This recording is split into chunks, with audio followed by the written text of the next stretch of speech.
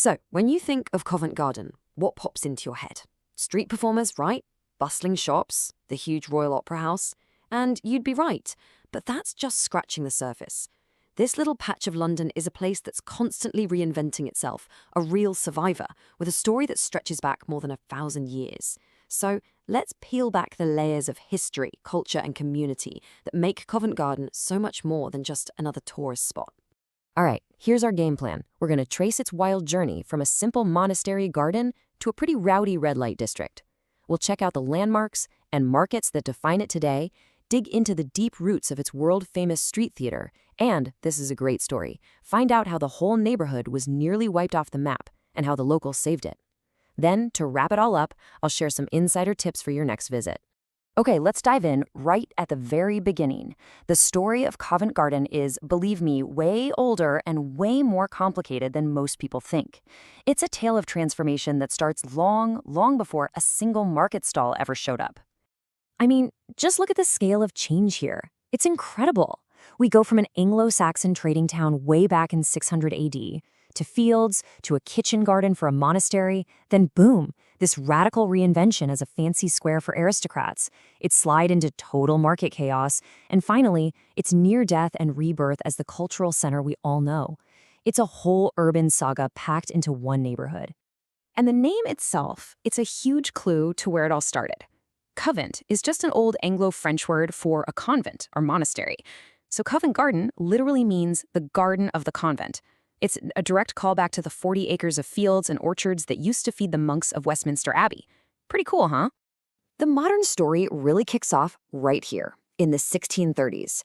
The land was now owned by the 4th Earl of Bedford, and he hired the great architect Inigo Jones with a totally revolutionary idea. He'd seen the grand piazzas in Italy, and he wanted to create London's very first formal public square, a super high-end neighborhood for gentlemen. But you know how plans go. The vision and the reality went into very different directions very quickly. While Jones built his elegant square, a totally chaotic fruit and veg market started popping up. And by the 1700s, that aristocratic dream was long gone. The area became infamous, a lively, but let's say disreputable hub of taverns, brothels, and general mayhem. And if you want a perfect example of just how wild it got, look no further. Harris's list of Covent Garden ladies. This was a real annual publication, a detailed directory of the area's prostitutes. It was actually described as an essential guide for any gentleman of pleasure. Yeah, not exactly what Inigo Jones had in mind. So let's move to the physical heart of Covent Garden. Let's see how all that chaos was eventually brought under control and how the landmarks that define the area today actually came to be. By the 1800s, the market was, well, a total mess. It was sprawling, disorganized, and chaotic. So in 1830, this magnificent neoclassical building went up. It was designed by Charles Fowler, and its whole purpose was to finally bring some kind of structure and order to the hundreds of traders selling their goods all over the square. And the piazza itself is just framed by these incredible, iconic buildings. You've got St. Paul's, the Actors' Church, the only piece of Inigo Jones's original 1630s vision that's still standing. Then there's the world-famous Royal Opera House dominating another side, and tucked away, you'll find the Lamb and Flag, one of London's oldest pubs, which once had the nickname the Bucket of Blood. Why? Because of the bare-knuckle boxing matches they used to hold inside. And hey, that market tradition is still very much alive, just maybe a little more organized these days. You've got 3 main areas, and each one has its own little specialty and schedule. So whether you're hunting for antiques on a Monday at the Apple Market or looking for handmade crafts on the weekend at the Jubilee Market, there's a real rhythm to it. This slide is a great little guide for what's on and when. But Covent Garden isn't just about buildings and shopping. Its soul, its very heartbeat, is performance. For centuries, the cobblestones of the piazza have been London's most democratic, most open-air stage. The tradition of street entertainment here is just incredibly deep. We have a written record from the famous diarist Samuel Pepys, who in 1662 wrote about watching a Punch and Judy puppet show right here. That is almost 400 years of non-stop performance culture in one spot. And this quote from the Straight Performers Association just sums it up perfectly. A banker on a lunch break can be standing right next to a tourist family watching a magician or an acrobat.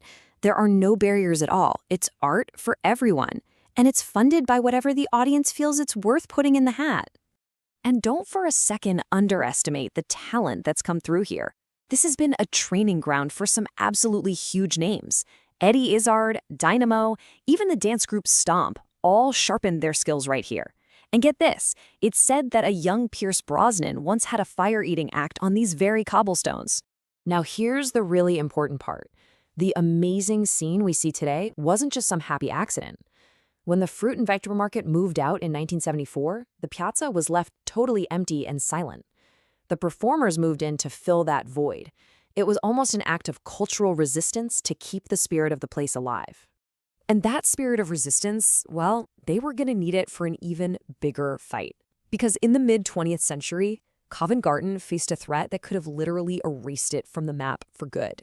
You see, after the market packed up and left, the city planners saw the area as basically derelict. Official documents called it a collection of obsolete property in urgent need for redevelopment. And the plan? Total demolition. They wanted to replace the historic streets with roads, flyovers, hotels, and conference centers. But the people who lived here, who worked here, the residents, the small shop owners, the artists, they refused to let their neighborhood get erased. They organized, they protested, and they kicked off one of the biggest community-led conservation battles in London's history. And guess what? They won. Led by the Covent Garden Community Association, their campaign led to a landmark public inquiry that threw out the demolition plans. Instead, more than 200 buildings were given protected status, and a community forum was set up to oversee a new plan, one based on restoration and regeneration, not destruction. It's a textbook example of how local people can save their own neighborhood. So, because of that incredible community spirit, we can all enjoy Covent Garden today. Which brings us to our final section, how to make the absolute most of your visit. Okay, here are 3 super simple but super important tips. First, try to get there before 11 a.m. You get to see the architecture and just enjoy the piece before the big crowds arrive. Second, be aware that most places are now cashless, so make sure you have a card handy. And third, if you enjoy a street show, please tip the performers. It's how they make a living. And look, my absolute biggest piece of advice is this: explore beyond the main square. Seriously, let yourself get lost in the rainbow-colored Neal's yard, or wander over to the unique spot where 7 streets meet at 7 Dials. Duck into the marquee pub and just imagine the moment the famous highwayman Claude Duval was arrested right there.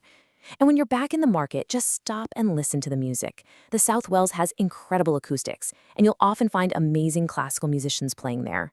From a Saxon trading post to a monastery garden, an aristocratic dream to a den of vice, and from a working market to a cultural hub saved by its own people, Covent Garden has always been a place of transformation. It's a story of incredible resilience, which really just leaves us with one final question to think about. What comes next?